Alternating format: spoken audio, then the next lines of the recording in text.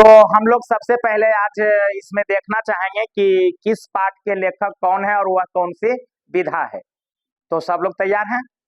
तो बताना है, जहां नहीं समझ में आए वहां पर हम बताएंगे। तो सबसे पहले प्रथम पाठ तू जिंदा है तो इसके लेखक कौन है और ये कौन सी विधा है? शंकर शैलेंद्र। और यह कविता है। शंकर शैलेंद्र इसके लेखक हैं और यह कविता है। अगला ईदगाह, इसके लेखक प्रेमचंद है और एक कहानी है। कर्मवीर, कर्मवीर कौन सी विधा है? कविता। और इसके लेखक हाँ अयोध्या सिंह उपाध्याय हरिऔध। बाल गोविंद भगत रेखा चित्र। और इसके लेखक हुंडरू का जलप्रपात यात्रा वृतांत है। और इसके लेखक कामता प्रसाद सिंह काम है। बिहारी के दोहे कविता है और इसके लेखक बिहारी लाल है। ठेस, ठेस पाठ के लेखक फर्नीश्वर नाथ रेणु है और ये कौन सी विधा है? कहानी। बच्चे की दुआ मोहम्मद इकबाल का लिखा हुआ है और एक कविता है। अशोक का शस्त्र त्याग बंशीधर श्रीवास्तव इसके लेखक हैं और यह एकांकी है। ईर्ष्या तू न गई मेरे मन से कौन सी विधा है? निबंध। और इसके लेखक रामधारी सिंह दिनकर हैं। कबीर के पद कौन सी विधा है? कविता। और इसके लेखक कबीरदास। विक्रमशिला निबंध। और ये हाँ इसका पूरा नाम पाठ्य पुस्तक विकास समिति। दीदी की डायरी, डायरी है। संकलित पीपल कविता गोपाल सिंह नेपाली। दीनबंधु निराला निबंध। और इसके लेखक आचार्य शिवपूजन सहाय। खेमा कहानी और ये संकलित।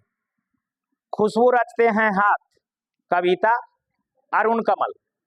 हौसले की उड़ान निबंध है, ये भी पाठ्य पुस्तक विकास समिति। जननायक कर्पूरी ठाकुर जीवनी। झांसी की रानी कविता। सुभद्रा कुमारी चौहान चिकित्सा का चक्कर हास्य व्यंग बेढ़ा बनारसी का है। सुदामा चरित कविता है, नरोत्तम दास का लिखा हुआ। राव भट्ट के हिरण के बच्चे कविता।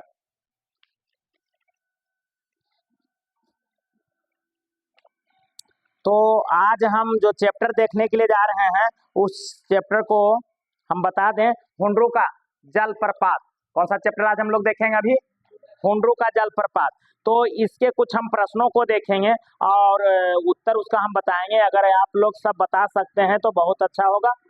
तो हुंडरू का जलप्रपात बताने के लिए सब तैयार रहें। तो इसका हम प्रश्न आपसे पूछते हैं।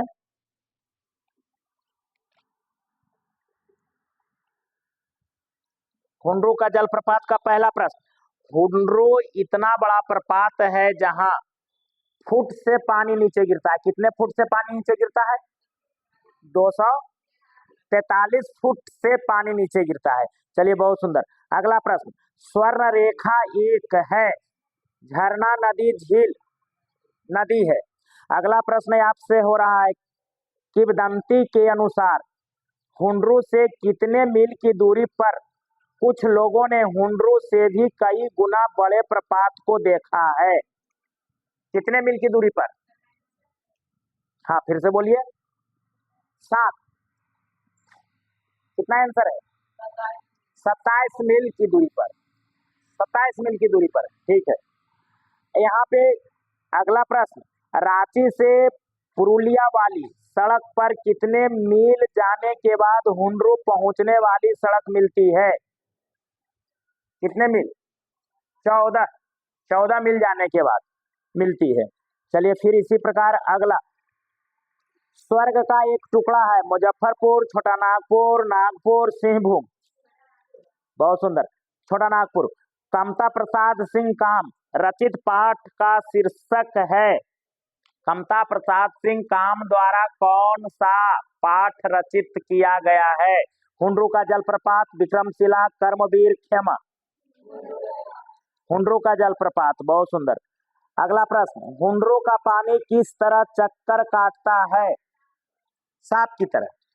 किस तरह? रांची से हुंड्रू का जलप्रपात की दूरी कितनी है? रांची से हुंड्रू जलप्रपात की दूरी कितनी है? बहुत सुंदर। अगला प्रश्न, अवरक और कोयला खदानों का वर्णन किस पाठ में किया गया है? हुंड्रू का जलप्रपात चैप्टर में किया गया है। अगला प्रश्न, दानी दान करता है तो गुमान करता है, पर युग युग से न जाने कितना पानी या पहाड़ दान कर चुका, पर इसको कोई अभिमान नहीं है, किस पाठ से संबंधित है? हुंड्रू का जलप्रपात। अगला प्रश्न, हुंड्रू का जलप्रपात शीर्षक पाठ साहित्य की कौन सी विधा है? यात्रा वृत्तांत है। छोटा नागपुर के निवासी सादगी के अवतार और गरीबी की मूर्ति, यह पंक्ति किस पाठ की है? प्रश्न हम फिर से बोल रहे हैं, छोटा नागपुर के निवासी सादगी के अवतार और गरीबी की मूर्ति, यह पंक्ति किस पाठ की है? हुंड्रू का जलप्रपात। अगला प्रश्न, हुंड्रू का जलप्रपात शीर्षक अध्याय में किसके प्रति विश्वास प्रकट किया गया है? हुंड्रू का जलप्रपात शीर्षक अध्याय में किसके प्रति विश्वास प्रकट किया गया है? बहुलवादी संस्कृति के प्रति। बहुलवादी संस्कृति के प्रति। अगला प्रश्न, पुरुलिया रोड से हुंड्रू का जलप्रपात कितनी दूरी पर है? अभी इसका आंसर बताया गया है 13। कितना? 13 मील। अगला प्रश्न, हुंड्रू का जलप्रपात किस राज्य में है? हुंड्रू का जलप्रपात किस राज्य में है? झारखंड राज्य में है। अगला प्रश्न, स्वर्णरेखा नदी रांची, धनबाद, सिंहभूम एवं बालासोर जिलों से होकर कहाँ मिलती है? स्वर्णरेखा नदी रांची, धनबाद, सिंहभूम एवं बालासोर जिलों से होकर कहाँ मिलती है? तो इसका आंसर होगा बंगाल की खाड़ी में मिल जाती है जाकर। कौन नदी? स्वर्ण रेखा नदी। अगला प्रश्न, साध्य की पवित्रता एवं महत्ता तभी है जब उसका साधन भी महान हो, यह किसकी उक्ति है? बाल गंगाधर तिलक की, भगत सिंह की, गोपाल कृष्ण गोखले की, महात्मा गांधी की? महात्मा गांधी की है। इस उक्ति को याद रखना है।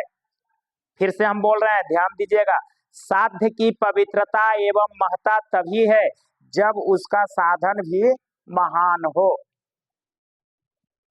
अब अगला प्रश्न, स्वर्णरेखा नदी के उद्गम स्थान से कितना मील दूर हुंड्रू का जलप्रपात है?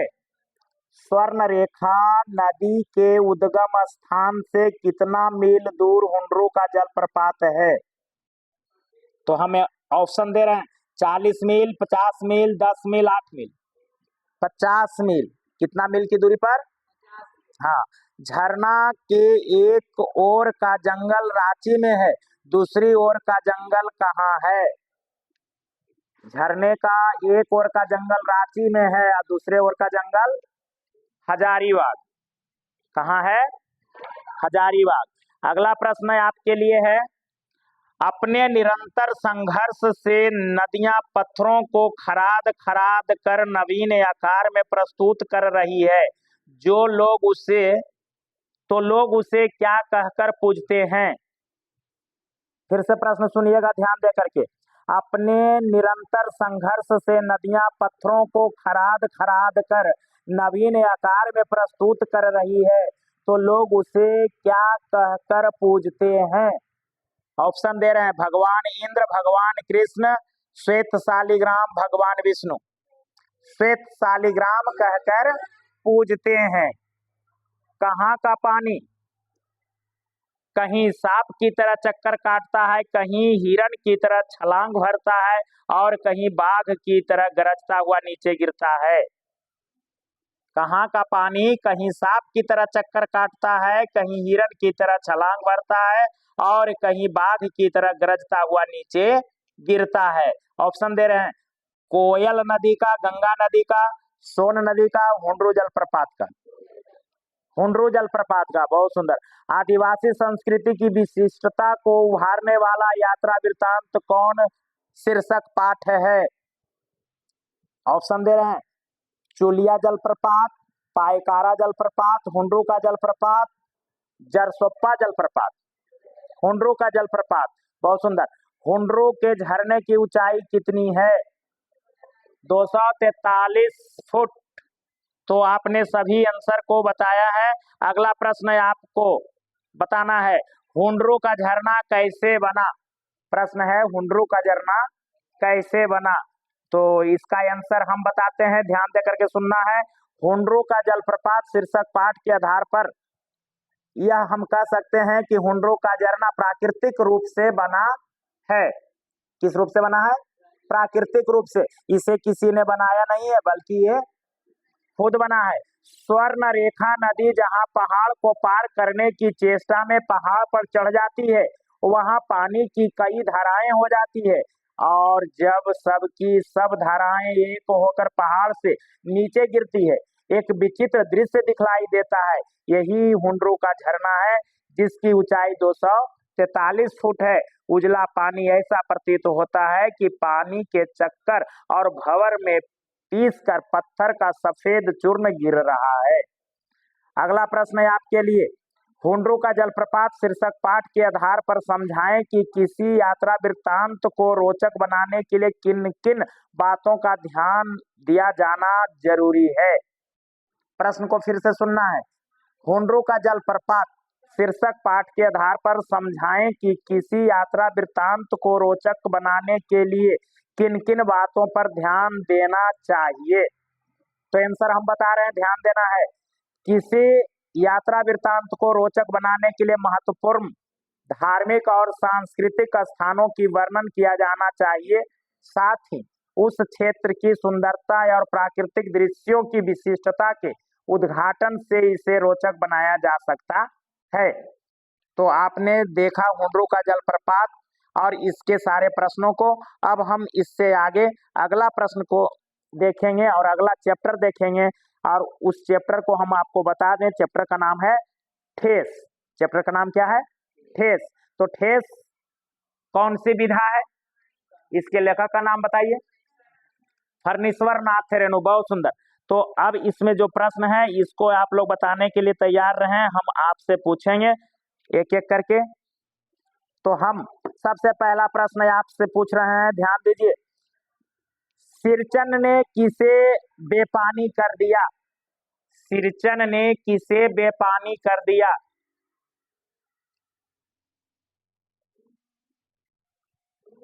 बताइए आप लोग। हम ऑप्शन दें? पहला ऑप्शन दे रहे हैं, पंचानंद चौधरी के बड़े लड़के को, पंचानंद चौधरी के छोटे लड़के को, पंचानंद चौधरी के नौकर को, पंचानंद चौधरी के मुंशी को। पंचानंद चौधरी के छोटे लड़के को। अगला प्रश्न, सिरचन को घी की दाढ़ी यानी जिसको खखोरन कहते हैं के साथ क्या पसंद है? चूड़ा, चीनी, चना, नमक। चूड़ा पसंद है। अगला प्रश्न, सिरचन जाति का है वैश्य, कहार, ब्राह्मण, कारीगर। कारीगर। ठेस कहानी का पात्र है हामिद, सिरचन, बाल गोविंद भगत, इनमें से कोई नहीं। सिरचन। अगला प्रश्न, कविता नहीं है झांसी की रानी, कर्मवीर, बच्चे की दुआ, ठेस। ठेस कविता नहीं है। मिथिलांचल की लोक संस्कृति का प्रभावी वर्णन है। हम पाठ का नाम बताएंगे चार, आपको बताना है आंसर। ठेस में, विक्रमशिला में, बाल गोविंद भगत, इनमें से कोई नहीं। ठेस में, बहुत सुंदर। गांव के किसान सिरचन को क्या समझते थे? चटोर, मूर्ख, बातूनी, परिश्रमी। चटोर। क्या समझते थे? चटोर। ठेस कहानी का नायक कौन है? सिरचन, देवचंद, मदन, सोहन। सिरचन, बहुत सही। दूसरे दिन किसकी पहली पंक्ति में 7 तारे जगमगा उठे? शीतल पाटी के, मोढ़े के, चिक की, छतरी की? चिक की, चिक की। अगला प्रश्न है आप लोगों के सामने, मंझली भाभी सिरचन के सूप में क्या फेंक कर चली गई? मंझली भाभी ने सिरचन के सूप में क्या फेंक कर चली गई? हम ऑप्शन दे रहे हैं, पत्थर, कंकड़, रसगुल्ला, बूंदिया। बूंदिया, बहुत सुंदर। खेती बाड़ी के समय गांव के किसान किसकी गिनती नहीं करते थे? सिरचन की, सही आंसर है। अगला प्रश्न, तुम्हारी भाभी नाखून से काट कर तरकारी परोसती है, किसने कहा? भानु ने, बड़ी भाभी ने, सिरचन ने, चाची ने? सिरचन ने कहा। सिरचन ने कहा कि तुम्हारी भाभी नाखून से काट कर तरकारी परोसती है। अगला प्रश्न, ठेस शीर्षक कहानी में सिरचन क्या था? ऑप्शन दे रहे हैं, कामचोर था, चिकित्सक था, वकील था, कारीगर था? कारीगर था। अगला प्रश्न है आपके लिए, आज नेनू मथ रही थी तो तुम्हारी याद आई, किसने कहा? लेखक की मां ने, लेखक की दादी ने, काकी ने, मानू दीदी ने? लेखक की मां ने कहा, बहुत सुंदर। ठेस कहानी में किस दिन चिक की पहली पांति में 7 तारे जगमगा उठे, 7 रंग के? पहले दिन, दूसरे दिन, तीसरे दिन, चौथे दिन? किस दिन? दूसरे दिन, दूसरे दिन। अगला प्रश्न, गांव के लोग सिरचन को क्या समझते हैं? बीमार, बेगार, निकम्मा, लड़ाकू? गांव के लोग सिरचन को क्या समझते हैं? बेगार। क्या समझते हैं? अगला प्रश्न, पंचानंद चौधरी किस टोली के थे? वैश्य टोली के, ब्राह्मण टोली के, राजपूत टोली के, कायस्थ टोली के? तो इसका आंसर होगा ब्राह्मण टोली के। किस टोली के थे? ब्राह्मण टोली के थे। अगला प्रश्न, अगला प्रश्न है आपके लिए, ध्यान से सुनिएगा। सिरचन को बुलाने से पहले लेखक किससे पूछ लेते थे? दीदी से, चाची से, भाभी से, माँ से? बताइए आंसर। माँ से। अगला प्रश्न, सिरचन को बुलाने से पहले लेखक किससे पूछ लेते थे? माँ से। ठेस शीर्षक कहानी में माँ किस कार्य में व्यस्त थी? झाड़ू देने में, बर्तन धोने में, पकवान बनाने में, चावल साफ करने में? तो होगा आंसर पकवान बनाने में। पकवान बनाने का मतलब क्या है? पकवान बनाने का मतलब क्या है? हाँ। चलिए अगला प्रश्न है आपके लिए, मानो स्टेशन पर सिरचन को किस चीज का दाम देने लगी? मोहर छाप वाली धोती का, पायजामा का, कुर्ता का, जूता का? मोहर छाप वाली धोती का, बहुत सुंदर आंसर है। अगला प्रश्न, सिरचन को लोग समझते हैं चटोर, बहादुर, बेईमान, नेता? क्या समझते हैं लोग सिरचन को? चटोर। क्या समझते हैं? ठेस कहानी में कहाँ की लोक संस्कृति का प्रभावी वर्णन है? भोजपुर, मिथिलांचल, मगध, नेपाल? मिथिलांचल। ठेस शीर्षक कहानी के लेखक का नाम क्या है? ठेस शीर्षक कहानी के लेखक का नाम बताइए। फणीश्वर नाथ रेणु। आंसर बहुत सही है। अगला प्रश्न, अधूरी चिक में कौन रंगीन छींट का झालर लगाने लगी? अधूरी चिक में कौन रंगीन छींट का झालर लगाने लगी? बड़ी भाभी, मंझली भाभी, छोटी भाभी, माँ? तो आंसर होगा बड़ी भाभी। अगला प्रश्न आपके लिए, किस लेखक को लोकमन का मर्मज्ञ कलाकार कहा गया है? किस लेखक को लोकमन का मर्मज्ञ कहा गया है? हम ऑप्शन दे रहे हैं, फणीश्वर नाथ रेणु, प्रेमचंद, बंशीधर श्रीवास्तव, राम वृक्ष बेनीपुरी? फणीश्वर नाथ रेणु को कहा गया है लोकमन का मर्मज्ञ कलाकार। अगला प्रश्न है आपके लिए, ध्यान देकर के सुनना है सभी को। मानू के विवाह में किसके हाथ की बनी शीतल पाटी मां ने दी थी? मानू के विवाह में किसके हाथ की बनी शीतल पाटी माँ ने दी थी? ऑप्शन दे रहे हैं, बड़ी भाभी के हाथ की, सिरचन के हाथ की, पंचानंद चौधरी के हाथ की, चाची के हाथ की। सिरचन के हाथ की। अगला प्रश्न, सिरचन रंगीन सुतलियों में झब्बे डालकर क्या बुनने के लिए बैठा? चादर, साड़ी, चिक, धोती। चिक। क्या क्या बुनने के लिए बैठा? चिक। अगला प्रश्न, मंझली बहुरानी अपने मैके से आई हुई मिठाई भी इसी तरह हाथ खोलकर बांटती है क्या? यह किसने कहा? बड़ी भाभी ने, चाची ने, माँ ने, सिरचन ने? सिरचन ने कहा। ध्यान देना है शब्दों पे तो समझ में आ जाएगा और याद भी रहेगा। फर्नीश्वर नाथ रेणु की रचना है। ठेस, विक्रमशिला, अशोक का शस्त्र त्याग, खेमा। ठेस। सिरचन को मोहर छाप वाली धोती का दाम निकाल कर कौन देने लगी? मानू, चाची, माँ या भाभी? मानू। पनियाई शब्द का अर्थ क्या है? पनियाई शब्द का अर्थ क्या है?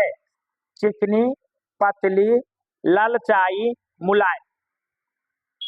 ललचाई। क्या अर्थ है? अगला प्रश्न, सिरचन को लोग बेकार ही नहीं बल्कि कर्मठ समझते थे, बेगार समझते हैं, संवेदनशील समझते हैं, इनमें से कोई नहीं। बेगार समझते हैं। क्या समझते हैं? बेगार। ध्यान देना है, जो भी बोल रहे हैं उस पर ध्यान देना है और थोड़ा सा अपने मस्तिष्क में, अपने दिमाग में इन शब्दों को बैठाना है। अगला प्रश्न आपके लिए होगा, छोटी चाची सिरचन पर क्यों बिगड़ गई? छोटी चाची सिरचन पर क्यों बिगड़ गई? इसका आंसर हम बता दे रहे हैं, सुनना है ध्यान दे करके। लेखक की छोटी चाची सिरचन पर कई कारणों से नाराज थी। एक बार लेखक के यहाँ सिरचन चीक, शीतल पाटी आदि बना रहा था। लेखक की छोटी बहन मानू ने सिरचन को प्रसन्न करने के लिए उसे पान का बीड़ा दे दिया। उसने पान का बीड़ा मुंह में डाला ही था कि चाची की नजर उस पर पड़ गई। सिरचन ने चाची से जर्दे की मांग कर दी। इस पर चाची बिगड़ गई और उसे बुरा भला कह दिया। अगला प्रश्न, सिरचन किस तरह की कारीगरी करता था? सिरचन किस तरह की कारीगरी करता था? तो बताइए जरा। हम बता रहे हैं, सिरचन जाति का कारीगर था। एक एक मोती और पटेर को हाथ में लेकर बड़े जतन से उसकी कुची बनाता। फिर कुचियों को रंगने से लेकर सुतली सुलझाने में पूरा दिन समाप्त। मोती घास और पटेर की रंगीन शीतल पाटी, बांस तितलियों की झिलमिलाती चीख, सतरंगे डोर के मोढ़े, भूसी चुन्नी रखने के लिए मुंज की रस्सी के बड़े बड़े जाले, हलवाहों के लिए ताल के सूखे पत्तों की छतरी टोपी तथा इसी तरह के काम सिरचन का कारीगरी बन गया था। अगला प्रश्न है आपके लिए है, ध्यान देना है। सिरचन के सौगात को किसने खोला? वह कैसा था? तो इसका आंसर बताएंगे हम। सुनना है ध्यान दे करके। सिरचन के सौगात को लेखक ने खोला। सिरचन का सौगात अद्भुत था। ऐसी कारीगरी, ऐसी बारीकी, रंगीन सुतलियों के फंदों का ऐसा काम जिसे लेखक ने पहली बार देखा था।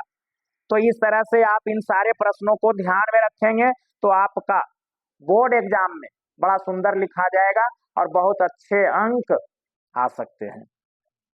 इसी तरह से कुछ और प्रश्न एक दो हम आपको बता दे रहे हैं, इसको जरा ध्यान दे करके सुनना है। अगला प्रश्न, सिरचन कैसा व्यक्ति था? सिरचन कैसा व्यक्ति था? तो इसका आंसर आपको हम बता रहे हैं। सिरचन एक प्रसिद्ध हस्त कारीगर था। उसकी बनाई गई चीजों की बड़ी मांग थी। सिरचन एक कुशल कारीगर के साथ साथ स्वाभिमानी कलाकार एवं संवेदनशील व्यक्ति था। काम करते समय उसकी तन्मयता में जरा भी बाधा पड़ी कि गेहूं सांप की तरह फुफकार उठता।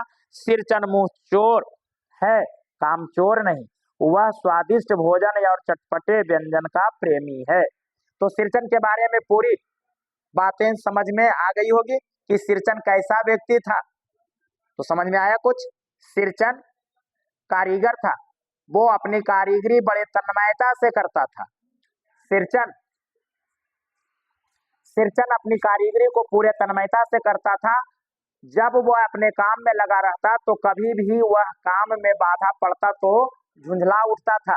उसकी कारीगरी ऐसा था कि उसे लोग देख करके खुश हो जाते थे। वो पूरे तन्मयता के साथ अपने काम को करता था। अगला प्रश्न ध्यान देना है और आंसर बताने के लिए आपको सोचना है। सिरचन को पान का बीड़ा किसने दिया? सिरचन को पान का बीड़ा किसने दिया?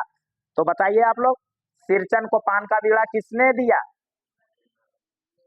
मंझली भाभी दी थी। हाँ हाँ ठीक है। सिरचन को पान का बीड़ा किसने दिया? तो आंसर हम बता दे रहे हैं, इसको ध्यान से सुनना है और याद भी रखना है। सिरचन को पान का बीड़ा मानो दीदी ने दी थी। किसने दी थी? मानो दीदी ने दी थी। मंझली भाभी के कटु वचन के कारण सिरचन को ठेस लगा। जब मानो दीदी ने सिरचन को पान का बीड़ा दी, इसे देखकर मंझली भाभी ने कुछ कड़े वचन बोले, जिसके कारण सिरचन के मन में कटु वचन का ठेस लगा। आगे अगला प्रश्न आपके लिए है और इसे ध्यान से आप सुनेंगे और आंसर पर ध्यान देना है, बताएंगे आप।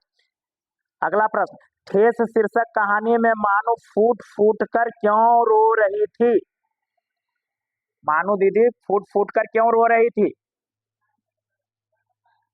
आंसर इसका हम बता देते हैं, आप लोगों को ध्यान से सुनना है और ध्यान रखना है।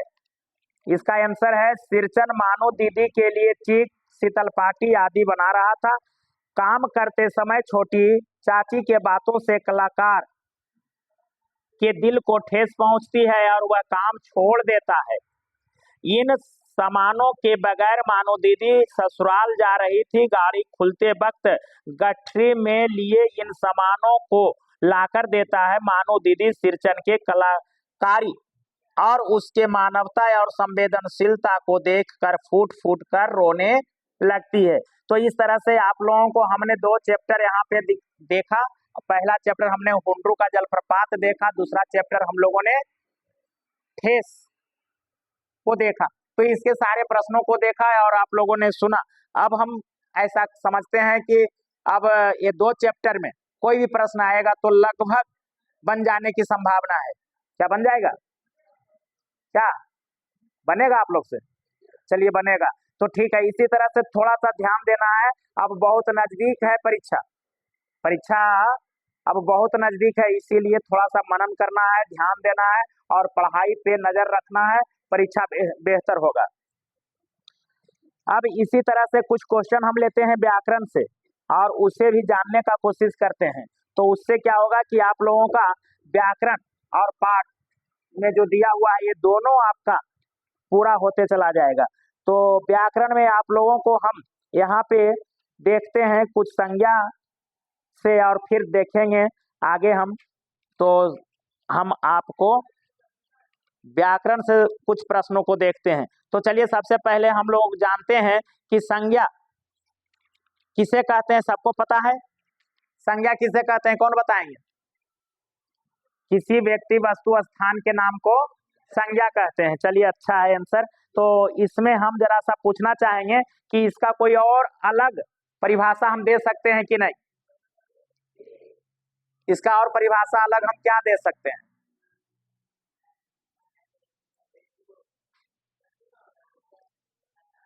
दुनिया का जितने भी चीजें हैं उनका कुछ ना कुछ नाम है, तो नाम को ही हम संज्ञा कहते हैं। नाम को ही हम, वो व्यक्ति का नाम हो, वस्तु का नाम हो, स्थान का नाम हो, जगह का नाम हो, जानवर का नाम हो, पक्षी का नाम हो, किसी मिठाई या फल का नाम हो, या फिर इसी प्रकार से दुनिया का जो भी इस सृष्टि में जितने चीजें हैं उसका कुछ नाम है और उन सभी नामों को हम संज्ञा कहेंगे ना, संज्ञा कहेंगे। अब संज्ञा को हम जानते हैं कि 5 भेद किए गए हैं। संज्ञा का कितने भेद किए गए हैं? 5 भेद। तो 5 भेद कौन कौन है, कौन नाम बताएंगे? हाँ हाँ ठीक है। जातिवाचक संज्ञा, व्यक्तिवाचक संज्ञा, समूहवाचक संज्ञा, भाववाचक संज्ञा और द्रव्यवाचक संज्ञा। तो संज्ञा के कितने भेद हो गए? 5 भेद। सबको मालूम है संज्ञा के कितने भेद हैं? 5 भेद है। चलिए सबको मालूम है, सब लोग जानते हैं। तो चलिए संज्ञा से ही कुछ प्रश्न हम आप लोगों के बीच में रखते हैं और आप लोगों को समझना है और बताना है। संज्ञा शब्द है नीच, आलसी, बीरता, पढ़ना। संज्ञा शब्द इनमें कौन है? नीच, आलसी, बीरता, पढ़ना। संज्ञा शब्द इसमें कौन है? चुनना है जी, बोलिए। इसमें संज्ञा शब्द है वीरता। क्या है? वीरता। वीरता है संज्ञा शब्द। वीरता किसी न किसी चीज का नाम है। क्या चीज का नाम है? बहादुरी का नाम है। वीरता किसको कहेंगे? हाँ, तो चलिए इसी प्रकार से जरा ध्यान देना है। अगला प्रश्न, पानी है, हम पूछेंगे और आपको ऑप्शन भी देंगे। आपको पकड़ना है कि ये कौन सही है 4 में से। पानी है द्रव्यवाचक संज्ञा, समूहवाचक संज्ञा, भाववाचक संज्ञा, जातिवाचक संज्ञा। द्रव्यवाचक संज्ञा, बहुत सुंदर। अगला प्रश्न, कोसी नदी प्रत्येक वर्ष बाढ़ लाती है, यहाँ कोसी कौन संज्ञा है? जातिवाचक, समूहवाचक, व्यक्तिवाचक, द्रव्यवाचक। हाँ, आप बताएंगे। कोसी कौन सी संज्ञा होगा? तो किसी खास का नाम है ना, तो ये व्यक्तिवाचक। कौन सा होगा? व्यक्तिवाचक। अगला प्रश्न, रामायण शब्द किस संज्ञा का उदाहरण है? रामायण शब्द किस संज्ञा का उदाहरण है? ऑप्शन दे रहे हैं, व्यक्तिवाचक, जातिवाचक, भाववाचक, समूहवाचक। हाँ, तो रामायण किसी खास पुस्तक का नाम है। तो जिससे किसी खास व्यक्ति, वस्तु, स्थान का नाम का पता चले उसे हम व्यक्तिवाचक संज्ञा कहेंगे। तो रामायण हो जाएगा व्यक्तिवाचक संज्ञा।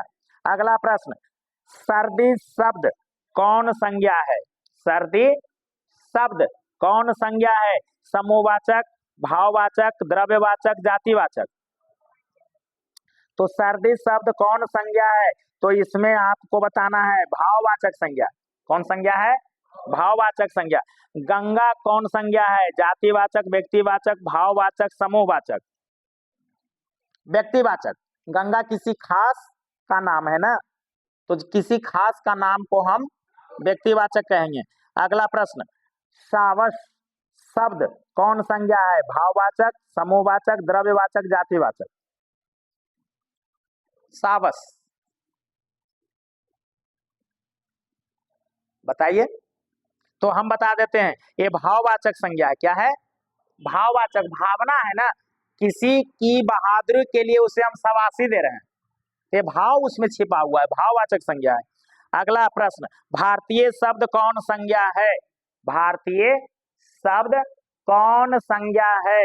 जातिवाचक, भाववाचक, व्यक्तिवाचक, द्रव्यवाचक। तो इसका आंसर होगा व्यक्तिवाचक, क्योंकि भारतीय शब्द से अर्थ होता है भारत का, एक खास देश का। इसी प्रकार से पहाड़ शब्द कौन संज्ञा है? व्यक्तिवाचक, जातिवाचक, समूहवाचक, द्रव्यवाचक। हाँ बताइए। तो हम बता देते हैं, पहाड़ शब्द है जातिवाचक संज्ञा। कौन सा संज्ञा है? जाति। पहाड़ कह रहे हैं तो पहाड़ तो एक नहीं है ना, दुनिया में बहुत सारे पहाड़ हैं, तो पहाड़ कह देने से पूरे पहाड़ जाति का बोध हो गया। पूरे पहाड़ के बारे में हमें बोला जा रहा है, किसी खास का बोला जाता नाम, हिमालय पर्वत बोला जाता तब हो जाता व्यक्तिवाचक, लेकिन यहाँ पे सिर्फ पहाड़ बोला जा रहा है, सिर्फ पर्वत बोला जा रहा है, तो इसे हम क्या बोलेंगे? जातिवाचक। पूरे का बोध हो रहा है। अगला प्रश्न है आप लोगों के लिए, फिर हम बोल रहे हैं, इसका आंसर बताना है। तो इस तरह से आप लोगों ने संज्ञा से संबंधित अगर प्रश्न आएगा तो क्या आप चुन लेंगे? चुन लेंगे। तो संज्ञा के 5 भेद है, 5 का नाम याद रखना है, 5 का परिभाषा याद रखना है, और फिर कोई अगर शब्द रह दिया हुआ उसमें पूछ दे कि ये कौन सी संज्ञा है, तो हमें चुनना होगा। अब हम संज्ञा से आगे सर्वनाम पे आते हैं। किस पे आते हैं? क्या सर्वनाम पढ़ाएं? सर्वनाम। तो सर्वनाम पर आते हैं और इसके बारे में हम थोड़ा सा जानना चाहेंगे और बताना भी चाहेंगे। सर्वनाम का परिभाषा आप लोग में से कोई, सर्वनाम किसे कहेंगे? सर्वनाम किसे कहेंगे? तो हम बता देते हैं, ध्यान में रखना है, जो शब्द संज्ञा के बदले आता है, जो शब्द संज्ञा के स्थान पे आता है, संज्ञा के बदले आता है, उसे हम सर्वनाम कहते हैं। याद रहा, जो संज्ञा के बदले में आता है उसे सर्वनाम कहते हैं। ध्यान में रखना है, जो संज्ञा के बदले में आता है उसे, जैसे मैं, तुम, वह, यह, कोई, जो, कुछ, ये सभी शब्द सर्वनाम हैं जी। किसी लड़के का नाम हम बोलते हैं, मोहन पढ़ता है, वह पढ़ने में तेज है, तो मोहन पढ़ता है, वह पढ़ने में तेज है, तो यहाँ पे मोहन पढ़ता है, अगला वाक्य में लिख देते हैं कि वह पढ़ने में तेज है। तो वह जो शब्द आया किसके लिए आया? मोहन के लिए आया, तो मोहन के बदले आ रहा है, तो इसीलिए वह शब्द क्या हो जाएगा? सर्वनाम हो जाएगा। समझ में आ रहा है? तो चलिए इसी तरह से अब हम कुछ प्रश्न पूछते हैं, उसका आंसर बताना है आप लोगों को। कोई कैसा सर्वनाम है? कोई, कोई एक शब्द है, बताइए कि कोई कैसा सर्वनाम है। तो हम ऑप्शन दे रहे हैं, निजवाचक, निश्चयवाचक, संबंधवाचक, अनिश्चयवाचक। हाँ, तो आप इसमें देखेंगे कि ये अनिश्चयवाचक सर्वनाम है। कौन सा सर्वनाम है? अनिश्चय। अनिश्चयवाचक क्यों इसको कह दिए? कोई। तो हम देखें ऐसा एक उदाहरण लेकर के, दरवाजे पर अगर कोई व्यक्ति आवाज देता है, तो अंदर में जब आवाज सुनते हैं तो हम मन में सोचते हैं, लगता है कोई आया है, कोई, तो कोई आया है, तो इससे तो अनिश्चित ही होता है ना, उसके बारे में तो हम परफेक्ट नहीं हो पाते हैं कि कौन आया। दरवाजे को कोई खटखटाता है, आवाज हमारे कानों में जाता है, तो हम कहते हैं कि लगता है कोई आया है। तो इस कोई शब्द से अनिश्चितता का ही तो बोध होता है। निश्चित हम बता सकते हैं कि कौन खटखटा दिया, कि बता देते हैं? नहीं बता पाते हैं। तो कोई शब्द अनिश्चयवाचक सर्वनाम है, कोई शब्द अनिश्चयवाचक सर्वनाम है। इसी प्रकार से अगला प्रश्न, जो शब्द संज्ञा के बदले प्रयुक्त होता है उसे क्या कहते हैं? जो शब्द संज्ञा के बदले प्रयुक्त होता है उसे सर्वनाम कहते हैं। बहुत सुंदर, सही आंसर है। अगला प्रश्न, कौन रो रहा है? इस सर्वनाम का उदाहरण है। संबंधवाचक, पुरुषवाचक, प्रश्नवाचक, निजवाचक। प्रश्नवाचक है, कौन रो रहा है, कौन कहने से प्रश्न यहाँ खड़ा हो रहा है, तो इसीलिए इसको कौन सा सर्वनाम बोलेंगे? प्रश्नवाचक सर्वनाम बोलेंगे। अगला, सर्वनाम उस विकारी शब्द को कहते हैं जो विशेषण के बदले आता है, क्रिया के बदले आता है, संज्ञा के बदले आता है, कारक के बदले आता है। संज्ञा के बदले आता है। किसके बदले आता है? संज्ञा के बदले आता है। अगला प्रश्न, आप भला तो जग भला, इस सर्वनाम, यह किस सर्वनाम का उदाहरण है? सवाल फिर से कर रहे हैं, आप भला तो जग भला किस सर्वनाम का उदाहरण है? निश्चयवाचक, संबंधवाचक, निजवाचक, प्रश्नवाचक। तो हम इसका आंसर बता रहे हैं, इसका आंसर होगा निजवाचक। आप भला तो जग भला, आप किसी खास से संबोधन कर रहे हैं, किसी खास, निज, निज मतलब खास व्यक्ति से। अगला प्रश्न आपके लिए है, तुम्हें क्या चाहिए किस सर्वनाम का उदाहरण है? संबंधवाचक, निश्चयवाचक, प्रश्नवाचक, अनिश्चयवाचक। तुम्हें क्या चाहिए, तो इसका आंसर प्रश्नवाचक। तुम्हें क्या चाहिए, प्रश्न हो रहा है ना, तुम्हें क्या चाहिए। अगला प्रश्न, जो कमाएगा वही खाएगा किस सर्वनाम का उदाहरण है? जो कमाएगा वही खाएगा किस सर्वनाम का उदाहरण है? हम ऑप्शन दे रहे हैं, निजवाचक सर्वनाम, अनिश्चयवाचक सर्वनाम, संबंधवाचक सर्वनाम, निश्चयवाचक सर्वनाम। संबंधवाचक सर्वनाम। कौन सा सर्वनाम? हाँ, संबंधवाचक सर्वनाम। कौन खा रहा है किस सर्वनाम का उदाहरण है? कौन खा रहा है? प्रश्नवाचक सर्वनाम, निजवाचक सर्वनाम, निश्चयवाचक सर्वनाम, संबंधवाचक सर्वनाम। इसका आंसर होगा प्रश्नवाचक सर्वनाम। प्रश्नवाचक है ना, कौन खा रहा है, ये तो प्रश्न है ना, प्रश्न इसमें नहीं दिख रहा है। कौन, कौन, ये तो प्रश्न हो गया। अगला, सब्जी मत खाओ क्योंकि वह खराब है, यह किस सर्वनाम का उदाहरण है? अनिश्चयवाचक सर्वनाम, संबंधवाचक सर्वनाम, प्रश्नवाचक सर्वनाम, निश्चयवाचक सर्वनाम। हाँ, निश्चयवाचक, निश्चय, निश्चित है, तब तो कहा जा रहा है कि सब्जी खराब है, इसे मत खाओ। अगला प्रश्न, मैं, हम, तुम, वह, यह किस सर्वनाम के उदाहरण हैं? पुरुषवाचक सर्वनाम, निजवाचक सर्वनाम, निश्चयवाचक सर्वनाम, अनिश्चयवाचक सर्वनाम। पुरुषवाचक सर्वनाम, कौन सा सर्वनाम? पुरुषवाचक सर्वनाम। मैं, तुम, वह, यह, हम, सब किसी न किसी तरह से व्यक्ति का बोध करा रहा है ना।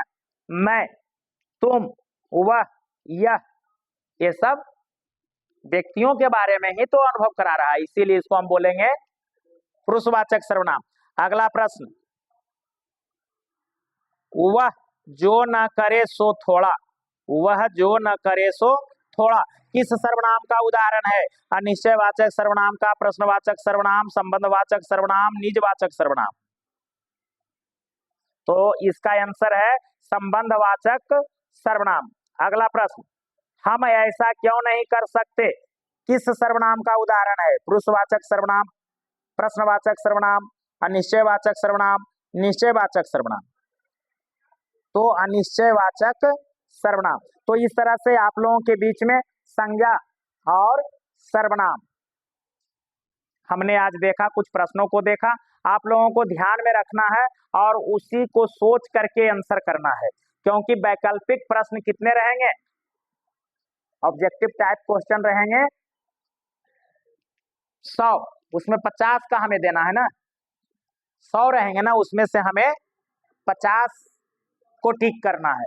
तो बड़ा सोच समझ करके हमें उस पे टिक लगाना है, जो लगे कि एकदम ये सही है, तब उसको हम टिक करें, सोच करके, दिमाग को स्थिर कर करके। तो चलिए, इस तरह से अभी जो भी हुआ है, और फिर आगे हम नेक्स्ट डे कुछ और चैप्टर को लेंगे किताब का, और फिर व्याकरण के कुछ प्रश्नों को लेंगे अगले दिन। तो आज भर इतना ही, अगले दिन फिर हम मिलते हैं और कुछ प्रश्न